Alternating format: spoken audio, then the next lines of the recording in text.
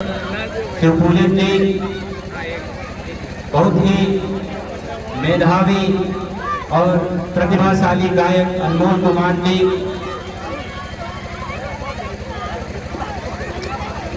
जागरण के कई कार्यक्रमों में, भजन के कई कार्यक्रमों में मैंने जिनको बहुत ही मधुर और सुरीली आवाज में सुना है, ऐसे विजय कश्यप जी, मंच पर उपस्थित सभी गणमान्य जन और कार्यक्रम में उपस्थित आप सभी महान जनता, पिछले एक महीने से बयाकपुर के सुदूर गांव में जाने का मौका मिल रहा है।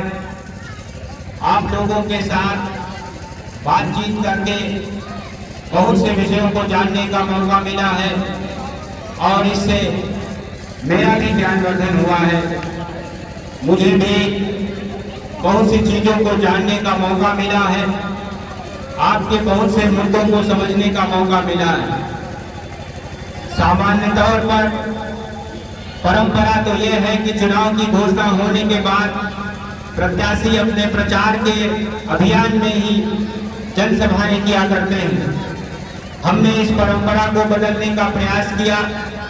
हमने ये प्रयास किया कि हम चुनाव की घोषणा से पहले ही अधिक से अधिक गांवों तक पहुंचने का प्रयास करेंगे, ये जानने का प्रयास करेंगे कि आपकी अपेक्षाएं क्या हैं और आपके लिए हम आगे क्या कर सकते हैं।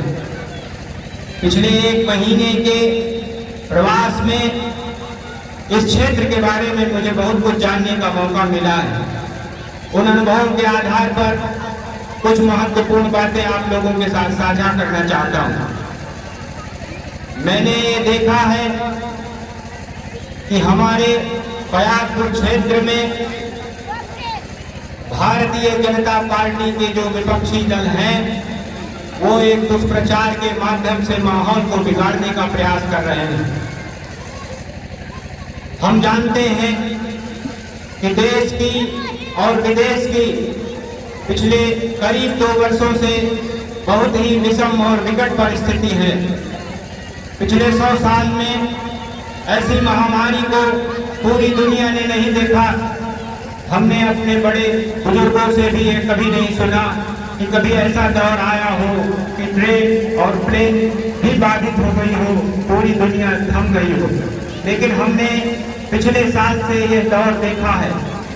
करीब 2 साल से पूरी दुनिया ऐसे विषम परिस्थिति से जूझ रही है जिसका सबसे बुरा असर लोगों की अर्थव्यवस्था पर भी पड़ा है। America, Britain, Germany, France, Italy, Japan जैसे विकसित देश जो हर मामले में हमसे बहुत आगे हैं, उनकी स्थिति हमने पिछले 2 साल में टीवी पर देखी है। लाशों के ढेर गिरते गए। महामारी से बचने के लिए लोगों के पास कोई विकल्प नहीं था। लोग समझ नहीं पा रहे थे कि इस दौर से कैसे निकला जाए। ऐसे विषम परिस्थिति में सारी दुनिया की नजर भारत की तरफ थी। पिछले 100 साल के इतिहास में पूरी दुनिया ने देखा था कि जब भी भारत में महामारी आई तो एक मुश्त लाखों लोग मरा करते थे। भारत की आजादी के बाद भी भारत में मलेरिया का प्रकोप हुआ था। उस समय जवाहरलाल नेहरू प्रधानमंत्री हुआ करते थे और मलेरिया का टीका आने में बहुत साल लग गए और लाखों लोगों की मौत हो गई।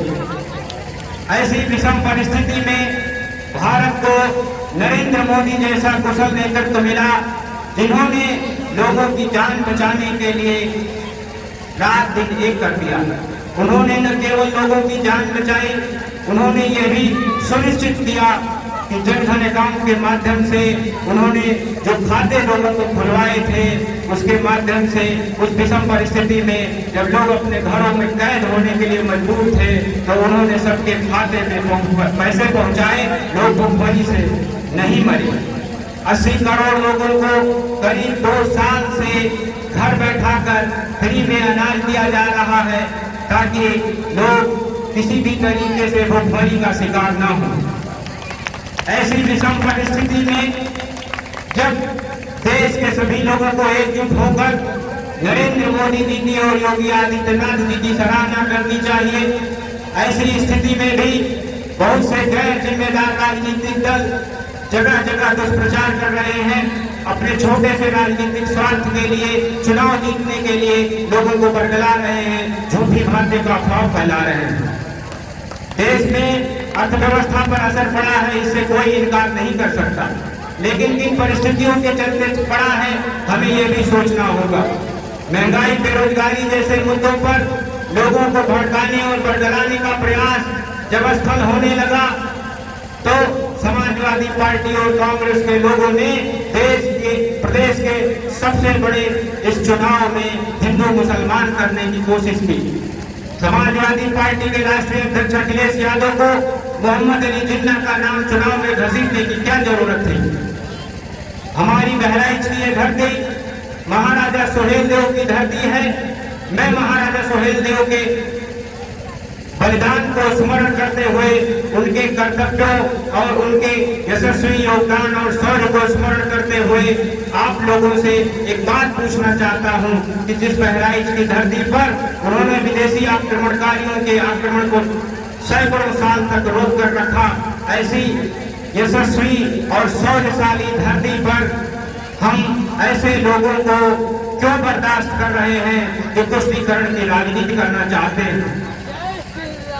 आखिर ऐसी क्या हमारी मजबूरी है कि हम उन लोगों को सुनना चाहते हैं जो गांव में जा जाकर भगवान राम का अपमान कर रहे हैं। मैं कुछ बातें बहुत सीधी सीधी आपसे कहना चाहता हूं।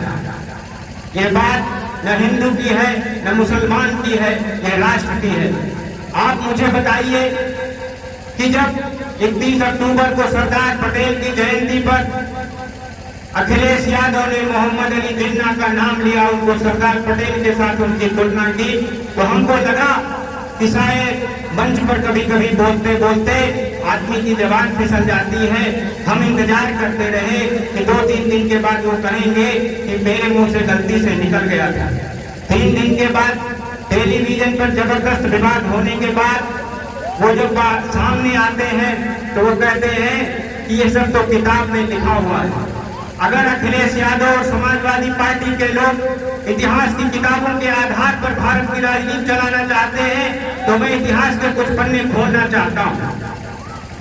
जिस मोहम्मद अली जिन्ना की बात अखिलेश यादव ने की है, मैं बताना चाहता हूं आपको कि शायद समाजवादी पार्टी के लोग भूल जाते हैं कि उसी जिन्ना ने 1946 में देश की आजादी से पहले बंगाल, जब पश्चिम बंगाल और पूर्वी बंगाल एक हुआ करता था, तो उसी जिन्ना ने जुमे की नमाज के बाद अपनी मुस्लिम लीग के लोगों से आह्वान किया था कि बंगाल में इतना नरसंहार करो कि उस समय के जो नेता हैं वो मजबूर हो जाए और मजबूर होकर उनको पाकिस्तान बनाना पड़े।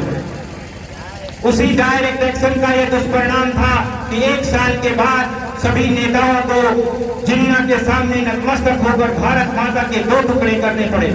भारत माता के 2 टुकड़े करने वाले मोहम्मद अली जिन्ना को भारत की राजनीति में और भारत के चुनाव में घसीटने का क्या मतलब है। मुझे दुख इस बात का है कि हमारे भारत के मुसलमान कभी भी ऐसे मुद्दों पर सामने आकर नहीं बोलते कि ऐसे मुद्दों पर जब भी उनसे बात की जाती है तो वो कहते हैं कि हमारी राष्ट्रभक्ति और देशभक्ति पर शक मत करो। लेकिन हम उनसे कुछ सवाल पूछना चाहते हैं। आप ये बताइए, नरेंद्र मोदी जी की 7 साल की सरकार में, योगी जी की करीब 5 साल की सरकार में क्या मुसलमानों के साथ किसी प्रकार का भेदभाव हुआ? किसी भी सरकारी योजना में, अल्पसंख्यक मंत्रालय में या समाज कल्याण मंत्रालय में आप गए और आपसे किसी ने पूछा कि आप मुसलमान हैं इसलिए आपको इस योजना का लाभ नहीं मिलेगा? आपको सारी योजनाओं का लाभ मिला, आपके साथ कोई भेदभाव नहीं हुआ। लेकिन जब अखिलेश यादव ने देशद्रोही जिन्ना का नाम लिया, भारत माता के टुकड़े करने वाले जिन्ना का नाम लिया, तो आप सामने नहीं आए। आपने सामने आकर अखिलेश यादव से क्यों नहीं पूछा कि हमको क्यों बदनाम कर रहे हो जिन्ना का नाम लेकर? भारत में सेकुलरिज्म के नाम पर भारत में इन पार्टियों के पास कोई मुद्दा नहीं बचा है।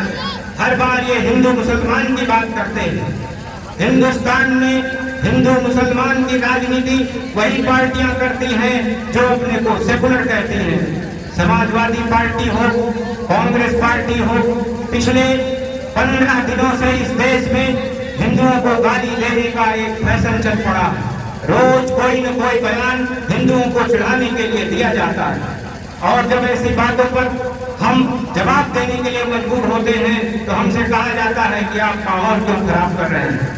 भारत में पैदा हुआ कोई व्यक्ति मोहम्मद अली जिन्ना को राष्ट्रभक्त अगर कोई कहेगा तो उसका जवाब तो देना पड़ेगा।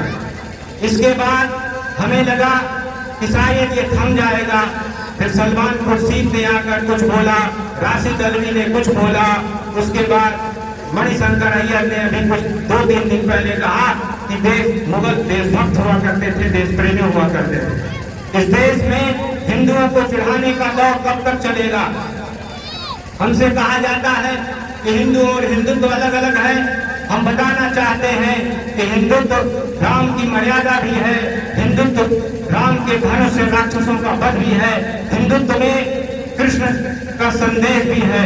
महाभारत की उस कथा को मत भूलिए जब कृष्ण जी ने वचन लिया था कि हम शिशुपाल के 100 अपराधों को क्षमा करेंगे। हम हिंदुत्व को गाली देने वालों के अपराधों को केवल हिसाब कर रहे हैं, उसकी गिनती कर रहे हैं। जिस दिन 100 पूरा होगा हमको जो करना होगा हम करेंगे। इसलिए मैं सभी लोगों से कहना चाहता हूँ कि 75 साल के देश की आजादी के बाद तुष्टीकरण की जो राजनीति चल रही है उसको खत्म करने की जिम्मेदारी मुसलमानों की भी है। मुसलमान सामने आए।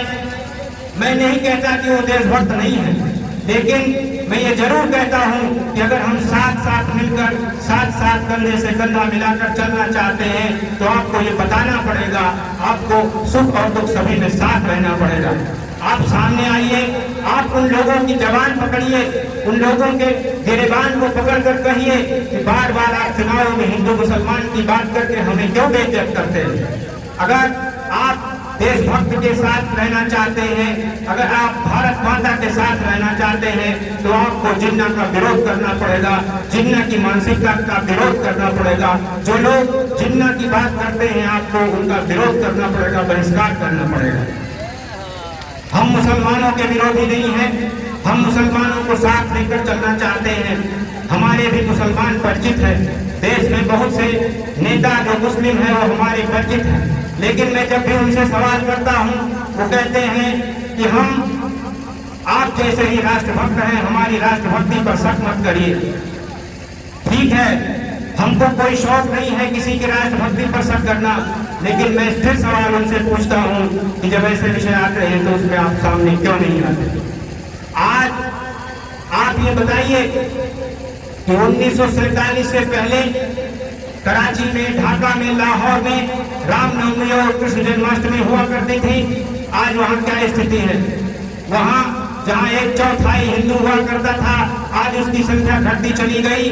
तो इन विषयों पर अगर चर्चा नहीं करेंगे तो हमारी पीढ़ी, हम अपनी पीढ़ी का भविष्य कैसे सुरक्षित रखेंगे? अगर हम सभी साथ मिलकर रहना चाहते हैं तो हमें एक राष्ट्रीय संस्कृति तो बनानी पड़ेगी। ऐसा तो नहीं हो सकता कि हर मुद्दे पर, हर विषय पर हमारा आपका दृष्टिकोण अलग हो और हम अपना एक दूसरे को भाई भाई कहें। इसलिए मैं आप सभी लोगों का आह्वान करने आया हूं कि अफगानिस्तान में जो परिस्थिति बन रही है, देश में, हमारे ही देश में, केरल में, बंगाल में, कश्मीर में जो स्थिति है, उसके बाद हमारी स्थिति ऐसी हो गई है कि हमारे सिर से ऊपर पानी जाता है। हमें अब ये तय करना पड़ेगा कि हमें अपनी पीढ़ियों का भविष्य सुरक्षित रखना है, तो हमें लोकतंत्र में हर चुनाव को महत्वपूर्ण चुनाव मानना पड़ेगा। विकास की बातें हम करना चाहते हैं, हम सबको साथ लेकर चलना चाहते हैं। आदरणीय नरेंद्र मोदी जी ने सबका साथ, सबका विकास, सबका विश्वास की बात की, उसी के आधार पर सरकार चलाई। आदरणीय योगी आदित्यनाथ जी ने भी कभी किसी के साथ भेदभाव नहीं किया। इसके बाद भी अगर चुनाव में राष्ट्रद्रोहियों के समर्थन में लोग खड़े होकर वोट मांगेंगे और भारत का मुसलमान ये नहीं कहेगा अखिलेश यादव और समाजवादी पार्टी से कि अगर आप ये समझते हैं कि जिन्ना का नाम लेने से आपको मुसलमान का वोट मिलेगा तो ये गलतफहमी है। मुसलमान सामने आकर ये बात कहे। बहुत हो चुका, हम मुसलमानों के साथ रहना चाहते हैं, लेकिन हम ये भी चाहते हैं कि मुसलमान सामने आकर देश की उन समस्याओं के बारे में बात करें, खुलकर बात करें। ऐसा नहीं हो सकता कि पौने 5 साल तक सरकारी योजनाओं का लाभ आपको मिले और जब चुनाव का समय आए तो आप जिन्नावादियों के साथ खड़े हो जाएं। आप अपने धर्म का पालन करते हैं, आपको किसी ने नहीं रोका, आप नमाज पढ़ें, आप हज जाएं, आप मुसलमानों के त्योहार मनाएं, उससे किसी को कोई आपत्ति नहीं है। घर में मेरे तालाब बखेल के बगल में जो बाउंड्री सटी हुई है उसी पर मुहर्रम की ताजिया दफनाई जाती है। पूरे बहराइच जिले के हजारों की संख्या में लोग आते हैं, कई घंटे तक उसमें कार्यक्रम होता है। हमने कभी नहीं कहा कि उस पर कोई आपत्ति है, हमें अच्छा लगता है। किसी का अगर पर्व है, किसी का त्योहार है तो हमें कोई आपत्ति नहीं है, लेकिन हम ये जरूर आपसे चाहते हैं कि अगर हम भाई भाई हैं तो आपको भाई जैसा व्यवहार दिखाना पड़ेगा। बहराइच की ये महाराजा सुहेलदेव की धरती है, आपको याद रखना पड़ेगा कि महमूद गजनवी और सालार मसूद जैसे लोगों की विचारधारा को अब हम बर्दाश्त नहीं करेंगे। हम अपनी आने वाली पीढ़ियों के सामने अंधकारमय भविष्य नहीं देना चाहते हैं, हम सुरक्षित भविष्य देना चाहते हैं। इसलिए हम आप सभी लोगों से कहना चाहते हैं कि मुसलमानों को अपनी सोच बदलनी पड़ेगी। भारतीय जनता पार्टी राष्ट्रवाद के साथ है, राष्ट्र के साथ राष्ट्र को मजबूत करके चलना चाहती है। हम इतिहास के पन्नों को नहीं खोदना चाहते, लेकिन मैं आप लोगों को बताना चाहता हूं कि अगर अखिलेश यादव जैसे लोग, समाजवादी पार्टी अगर हिंदुओं को चिढ़ाने का काम करेगी, अगर उनसे पूछा जाएगा कि आप जिन्ना की बात करते हैं तो कहेंगे किताब में लिखा है, तो हम आपको बताना चाहते हैं कि भारत में 700 साल तक मुसलमानों का जो शासन रहा उसके इतिहास को हम खोदेंगे, तब आपको अच्छा नहीं लगेगा। इसलिए अगर साथ साथ रहना है हम सभी को, तो हम अगर इतिहास की बात नहीं करना चाहते तो हमको कम से कम उन विषयों पर शौर्य की बात करनी होगी जो राष्ट्र के लिए प्रतीक है। भगवान राम का मंदिर बनता है, सभी को खुशी क्यों नहीं होती है? भगवान राम का मंदिर बनता है। अगर मणिशंकर अय्यर कहते हैं कि मुगल देश प्रेमी थे, तो इसका मतलब वो ये कहते हैं कि औरंगजेब ने कृष्ण के ईदगाह में जो मस्जिद बनवाई भगवान कृष्ण के जन्म स्थल पर, और काशी विश्वनाथ में जो मस्जिद ज्ञानवापी बनवाई, इसका मतलब कि वो उसका समर्थन करते हैं। मैं समाजवादी पार्टी के लोगों से और उनके जितने भी समर्थक हैं उनसे कहना चाहता हूं कि आप ये याद रखिए कि अखिलेश यादव के पिताजी ने अगर अयोध्या में कार सेवकों पर गोली चलाई, फिर भी भगवान राम का मंदिर बना। इसलिए आप सभी लोगों के प्रायश्चित का मौका है, आप सामने आइए और आप सामने आइए। और हम अगर रामलला के लिए आपने गलती की थी तो मथुरा के कान्हा के लिए हम आपको अवसर दे देंगे। हमारे साथ आइए, हम आपको कार सेवा का अवसर देंगे। बहुत बहुत धन्यवाद।